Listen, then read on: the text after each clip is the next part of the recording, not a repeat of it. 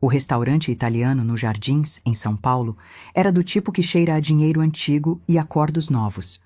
Estávamos ali pelo meu irmão Bruno, pela promoção dele. Minha mãe, Patrícia, levantou-se com a taça de champanhe brilhando contra a luz. Ela sorriu para o Bruno, aquele sorriso polido e brilhante reservado só para ele. Ao meu filho, ela disse, aquele que faz essa família se orgulhar. Deixou as palavras pairarem no ar. Então, os olhos dela encontraram os meus, lá no canto da mesa. Uns filhos fazem a gente se orgulhar, ela continuou, a voz ainda leve, ainda charmosa. Outros só ocupam espaço. Risadas educadas e desconfortáveis ecoaram entre os convidados. Você já se sentiu invisível ou como bode expiatório na sua própria família? Me conta sua história aqui nos comentários. Eu apenas segurei o olhar da minha mãe. Deixei um sorriso pequeno e calmo tocar meus lábios e coloquei o guardanapo de tecido sobre a mesa. Me levantei. O barulho da cadeira arrastando foi o único som na sala. Que bom que acabei de alugar meu próprio apartamento, eu disse, minha voz clara e firme. A 4.000 quilômetros daqui. Olhei para meu pai, Gregório, que estava parado com a taça no meio do caminho até a boca. Depois voltei para a Patrícia. Não se preocupe, mãe. Você nunca mais vai precisar me ver desperdiçando o seu espaço. Virei e saí da sala de jantar privativa. Não esperei por resposta. Não queria desculpas. Só queria ar. A noite fria de São Paulo bateu no meu rosto e, pela primeira vez na vida, o simples ato de respirar pareceu uma conquista. Veja bem, eu fui a filha de segundo plano por 28 anos. Meu irmão Bruno era o filho dourado, o de alto potencial, o destinado à multinacional, aquele que refletia as ambições da minha mãe. Eu era a quieta, a criativa, o bode expiatório. Na nossa família, amor era uma transação comercial e eu era um investimento ruim. A prova estava nos meus arquivos. Quando o Bruno bateu o carro depois de uma festa bêbado no 3º ano da faculdade, meus pais foram avalistas de um Audi novo e pagaram as parcelas discretamente. Quando eu precisei de dinheiro para um curso essencial de publicidade e marketing digital para avançar na carreira, a única coisa que poderia me tirar dali, meus pais ajudaram. Sim, eles me sentaram naquela mesma mesa de jantar polida e meu pai deslizou um documento pela madeira. Era um empréstimo de R$ 6.500. Minha própria mãe e pai me cobraram 12% de juros ao ano. Me fizeram assinar um contrato formal, reconhecido em cartório.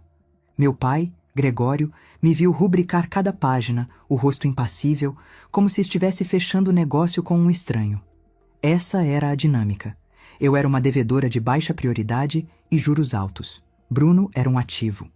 E eu tinha passado 3 anos pagando aquela dívida meticulosamente, economizando, vivendo na contenção, pulando refeições, tudo enquanto assistia a eles cobrirem o Bruno de presentes e oportunidades.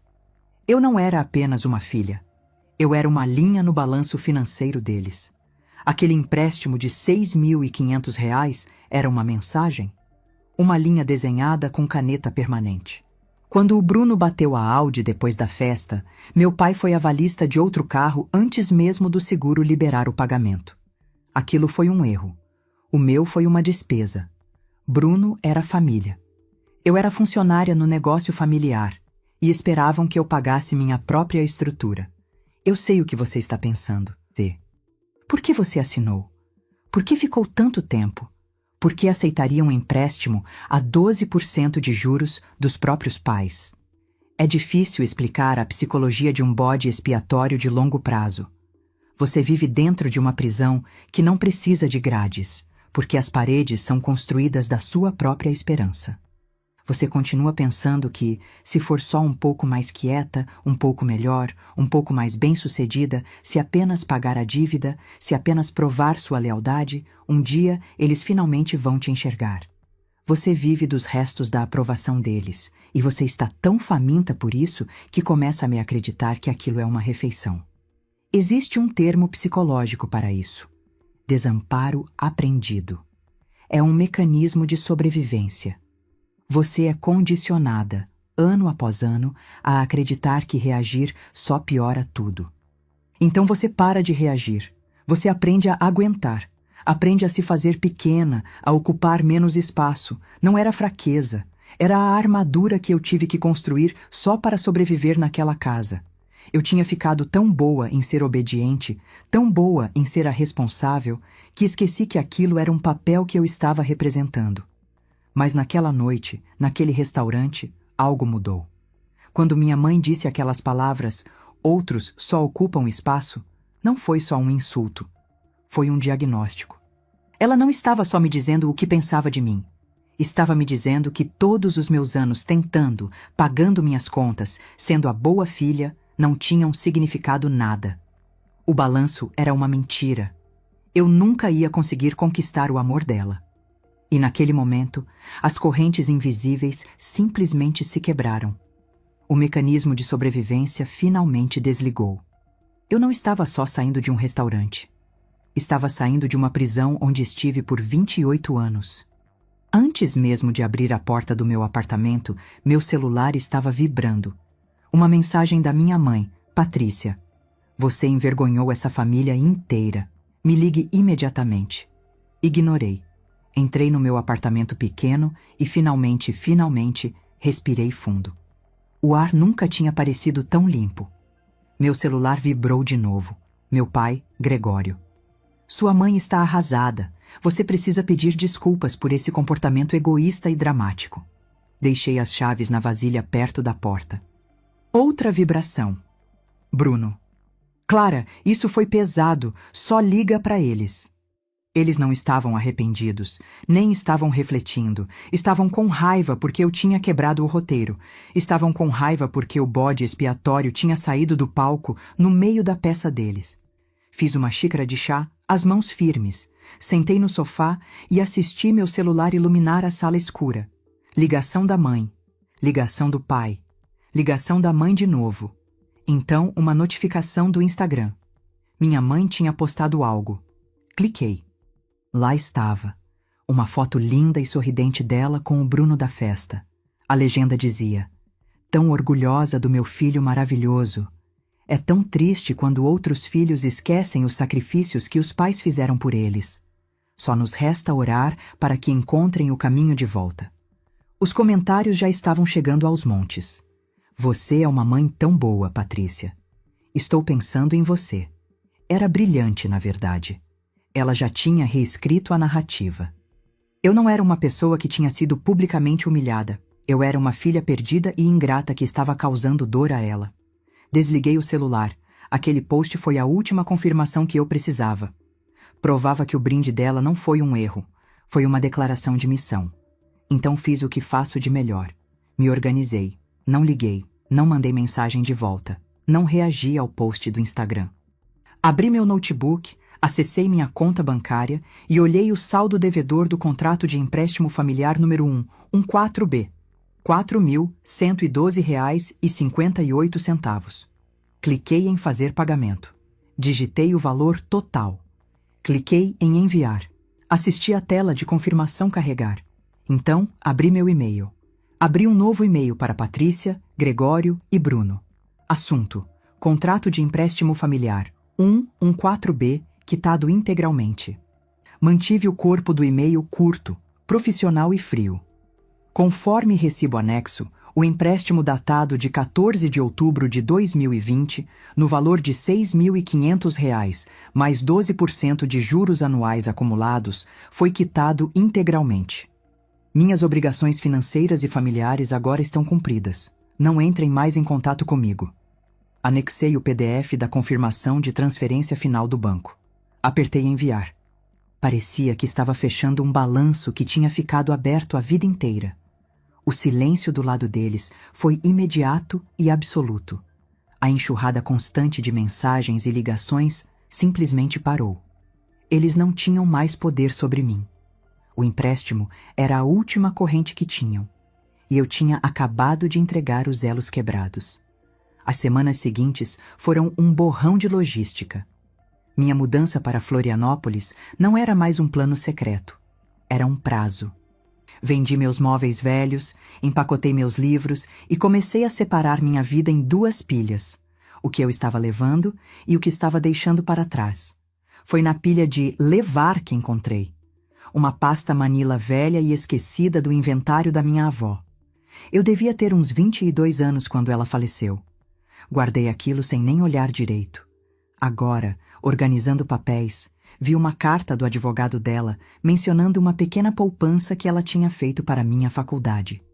Assumi que tinha acabado há muito tempo, usado no meu primeiro ano. Mas agora, liquidando tudo, amarrando todas as pontas soltas, liguei para o escritório de advocacia, esperando meio que o fundo estivesse vazio. O advogado original tinha se aposentado, mas o sócio dele puxou meu arquivo. Ele parecia hesitante no telefone.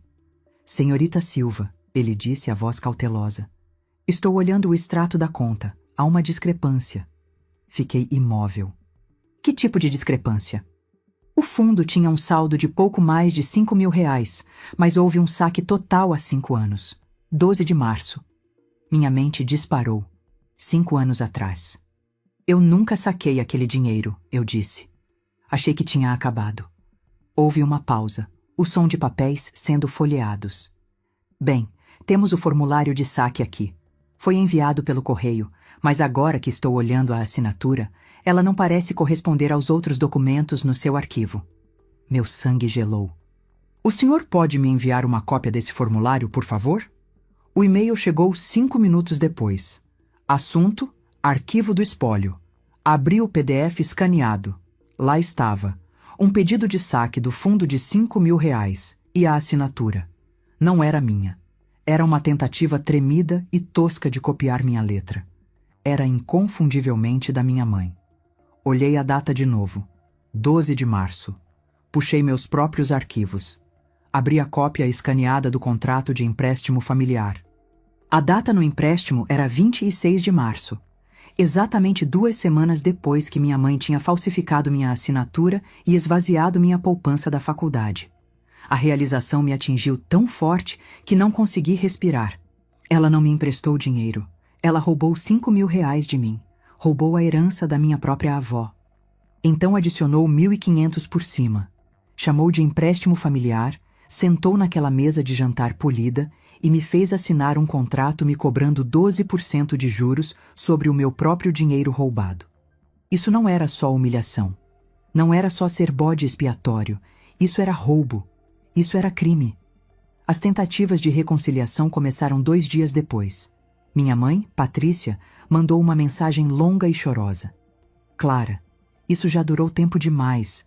Mal consegui dormir. Seu pai está preocupadíssimo. Podemos, por favor, nos encontrar e conversar? Como família. Ela era uma artista, de verdade. Conseguia pintar qualquer narrativa. E nessa, ela era a matriarca de coração partido, só tentando manter sua família quebrada unida. Concordei em encontrá-la. Um café público, terreno neutro. Ela já estava lá quando cheguei, secando os olhos com um guardanapo de tecido. Tinha escolhido bem a roupa. Alfaiataria suave, maquiagem mínima. Parecia vulnerável. Parecia uma mãe. Clara, ela disse, a voz tremendo na medida certa. Obrigada por vir. Isso está acabando com todos nós. Seu pai... Não sentei. Não pedi café. Só fiquei de pé ao lado da mesa. Eu sei sobre a poupança da vovó para a faculdade, eu disse. A performance parou. Foi como se uma máscara tivesse rachado e caído no chão. As lágrimas sumiram. O rosto dela, por um segundo, ficou simplesmente vazio. Choque. Eu não sei do que você está falando, ela gaguejou. Mas a fachada polida tinha ido embora. Peguei a pasta na bolsa e deslizei pela mesa. O comprovante de saque de R$ 5.000, datado de 12 de março, e a assinatura que você falsificou. Ela encarou o papel. Eu vi a cor sumir do rosto dela. Olhou para cima e toda a vitimização curada tinha ido embora. Tudo o que sobrou foi um pânico cru e frio. Clara, você não entende. Eu entendo perfeitamente, eu disse, minha voz tão fria e plana quanto o tampo de mármore da mesa. Entendo que você roubou minha herança, e então teve a audácia de me emprestar de volta a 12% de juros. Foi pelo Bruno. Ela finalmente sussurrou, quebrando. As palavras simplesmente saíram. Ele estava com problemas. Tinha dívidas. Eu ia devolver. Eu só precisava... Ia devolver me cobrando juros? Ela começou a chorar de novo, mas dessa vez era real, bagunçado. Eu sabia que você era responsável. Sabia que você pagaria o empréstimo porque eu sou o bode expiatório, completei por ela. Aquela que sempre paga, aquela que sempre dá jeito, aquela que só ocupa espaço. Empurrei o outro documento pela mesa, o do meu novo advogado. Isso é uma notificação formal de cobrança. Os 5.000 que você roubou, mais os R$ 2.142 em juros fraudulentos que paguei nos últimos 3 anos. Você tem 30 dias. Clara, por favor, ela implorou, tentando pegar minha mão.